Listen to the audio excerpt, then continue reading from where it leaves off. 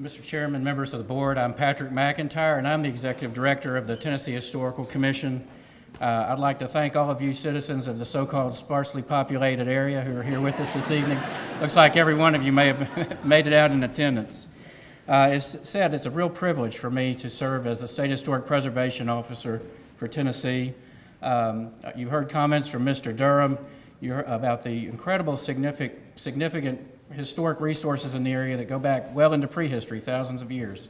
You heard from our State Historic Sites Program Director, Martha Akins, about the wealth of resources, the plans that we have for the area, and the investment we have in the area that goes back over 50 years since the state acquired Crag Fund in the late 1950s, 1971, the acquisition of Wynwood, and as recently as 2007 when we acquired Hawthorne Hill, which is the closest historic resource to the proposed quarry. In fact, there would be, through the lots that were purchased that border Hawthorne Hill, the haul roads right up to Highway 25 would directly border the property for Hawthorne Hill. So I want to emphasize, again, the long-term commitment and investment that we have to the area.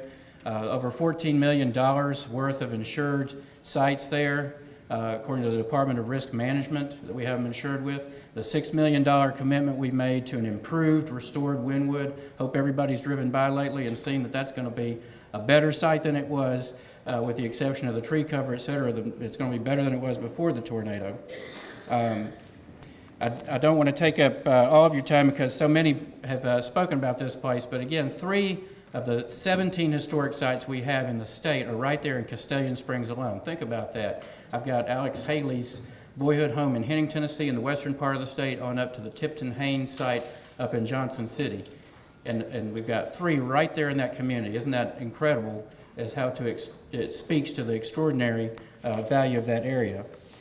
We did pass at the June meeting of the Tennessee Historical Commission a resolution. I will not read the entire resolution, but it does say the Tennessee Historical Commission respectfully asks the Sumner County Board of Zoning Appeals not approve the conditional use of the property for the industrial development. I'd ask that that be read into the record, and I ask that you all please do not approve this use tonight, and we respectfully submit that, and thank you so much for your time and for everybody's participation in the process.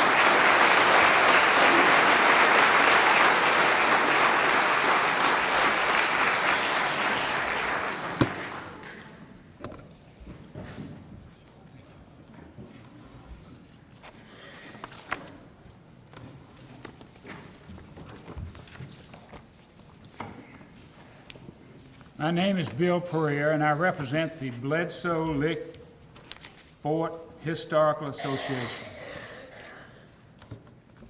Castalian Springs has been inhabited for more than 32 centuries, first by Stone Age Indians, then by the Cherokee and Chickasaw Indians. The first white settlers came through Kentucky in 1770 to hunt, plant corn, and build cabins. Then in 1788, a very significant thing happened. A road was opened across the Cumberland Mountain, a direct road, and it made the trip half the time and distance that it had been before. This road became the great immigrant road, the great thoroughfare for freedom for all immigrants going to the American Southwest, to Texas, to Arkansas, to Oklahoma. As many as 60,000 people a year came through this road. In the first caravan that came, and this is very significant, there was a fiery young lawyer by the name of Andrew Jackson. Jackson went on to keep the British out of New Orleans, to keep the Mississippi clear for us, to clear Georgia, Alabama, Florida, and Mississippi, and to save our nation. And he actually dominated American politics for the next 50 years. And he came through Castalian Springs. This road was so important that the King of France came through Castalian Springs and even mentions it in his journal, Louis Philippe. When the travelers came down out of the hazardous trip across Cumberland Mountain through Cherokee territory, the first place of refuge they saw was Bledsoe's Fort. Tennessee history is no longer taught in the schools. But the Bledsoe Lake Historical Association is teaching history in the best way we know how, as living history, hands-on history through pioneer reenactments, preservation of historic buildings and furniture, and marked walking trails.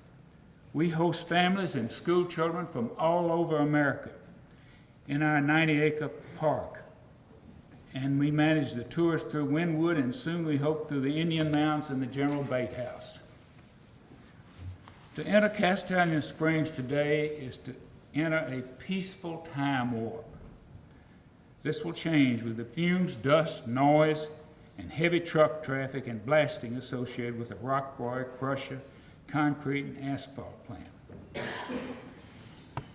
History. Our grandchildren have a form of dismissal of history. Granddad, you're history. Well, yet in a real sense, that's true. We are the sum of all our ancestors, of all our history. History is who we are. Will we now sell a beautiful, irreplaceable piece of who we are for some theoretical future benefit? I ask you, gentlemen and lady, to reject this application. Thank you very much.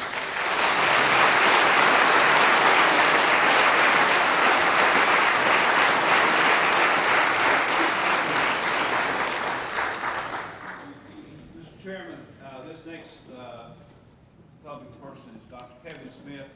Please refer to tab 14 in your manual, please. As was mentioned, my name is Kevin Smith. I'm a professor of anthropology at Middle Tennessee State University. For those of you who've been here for a while, experts are a lot like the statistics that were mentioned earlier, many of them. But I'm an expert in archaeology and historic preservation that many of you have seen for the last 17 years, sweating on the archaeological sites in Castalian Springs, at Wynwood, Bledsoe's Fort, and most recently 7 years at the Castalian Springs Mound site. It has been mentioned by Mr. Holt that Castalian Springs is the crown jewel of Sumner County. I just want to briefly say that perhaps many of the citizens of Sumner County do not realize what a jewel they actually have. There's not another place like Castalian Springs in the state of Tennessee that I've seen in the 25 years that I've worked in historic preservation. Not another single place that has sites ranging from 12,000 years ago to World War II within a 1 mile radius to be built up and interpreted. Sumner County decided recently, as did the state of Tennessee sometime before, that this was a diamond among the jewels that Tennessee has. There are less than 25, or about 25, National Historic Landmarks in the whole state of Tennessee. Wynwood is one of those. For the long term, the value of Castalian Springs is to the people who live there. I have maintained a second residence at Castalian Springs on Lackey Road for the last 3 years because of my concern for that location. And I will be there for the next 20 years. My goal is to see Castalian Springs become a destination for tourists from around the world, a place where Tennesseans can show everything from 12,000 years ago up through yesterday. Approving a rock quarry is approving putting an industrial complex in the middle of that diamond.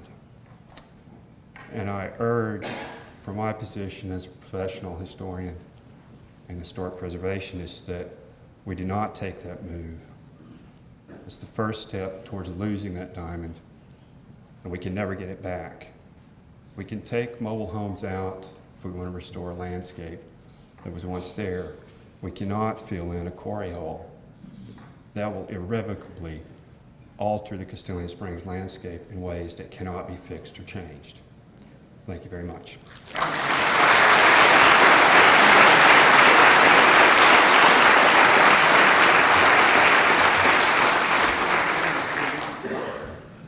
We got delivered 3 minutes. We'll ring a bell after 3 minutes.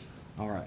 Well, I'll try to make this as quick as I can. My name's Rick Hendricks. I'm the director at Wynwood State Historic Site in Castalian Springs. I just wanted to, Dr. Smith, Mr. Durham, Martha, y'all have done such a great job. I'm going to probably be repeating a lot of things they said, but I feel just compelled that I need to say this again. You know, we need to really hammer this thing home so everybody in here can understand how important of an area we live in. This is a brief chronological history of Castalian Springs. I'll start with Castalian Springs is a community rich in history that dates back to the dawn of civilization. Native Americans, long hunters, statesmen, musicians have all sought the serenity of our area. This serenity is now being threatened by the proposed rock quarry. Beginning in 15,000 BC, ancient remains of a pig-like animal called a peccary was discovered by archaeologists from this period in the Cavern of Skulls, which is located on the property known today as Bledsoe's Fort Historical Park. 15,000 BC to 1500 AD, Native Americans inhabited this area. It included the Paleo period, the Archaic period, Woodland period, and Mississippian period. Mississippian culture is preserved at the Tennessee state-owned village site known as Tuskegee that you've heard about. 1772, 4 years before the signing of the Declaration of Independence, long hunter Isaac Bledsoe discovered sulfur springs in our area, which had attracted animals and humans for thousands of years. And that became the present-day Castalian Springs. 1778-79, a long hunter, Thomas Sharp Spencer, lived in a hollow sycamore tree, built the first log cabin in Middle Tennessee. Also was the first person of European descent to plant a crop of corn in our area. His cabin, Spencer Cabin, is still standing, according to local lore. I mean, it's still there. You can actually see his house that he built. 1783-84, Isaac Bledsoe built a stockaded fort, housed a family and other residents during the local Indian Wars. It's now owned by the county, and it's the only site in Sumner County that's not, only fort site in Sumner County that's not been disturbed by modern development. Houses built in Bledsoe's Lick, now Castalian Springs, spanning the year 1795 to 1830, include the W.R. Angel House, the John L. Swaney House, the Dr. A.J. Swaney Home, Hawthorne Hill, Wynwood, all of which are still standing. Governor William Hall became the first Sumner County to serve as governor of the state of Tennessee. He's buried in Castalian Springs. 61 to 65, Civil War saw both Union and Confederate activity. On December the 18th of 1865, Jerry Parrish and Anthony Branham became the first freed slaves to purchase property in Castalian Springs. These 13 acres served as a home for Branham and his family. This property, which lies in the center of the proposed rock quarry, was the location of the original Oak Grove Meeting House and Hickory Grove School for Freed Blacks. Sorry. All right, just real quick. These are only a few highlights of the rich history of this community, a history which could and does fill volumes. I tell you this because of no other area in this area with such a complete prehistoric and historically documented record. We have not just a story to tell, but a unique treasure that must be protected not only for ourselves, but for future generations. Thank you.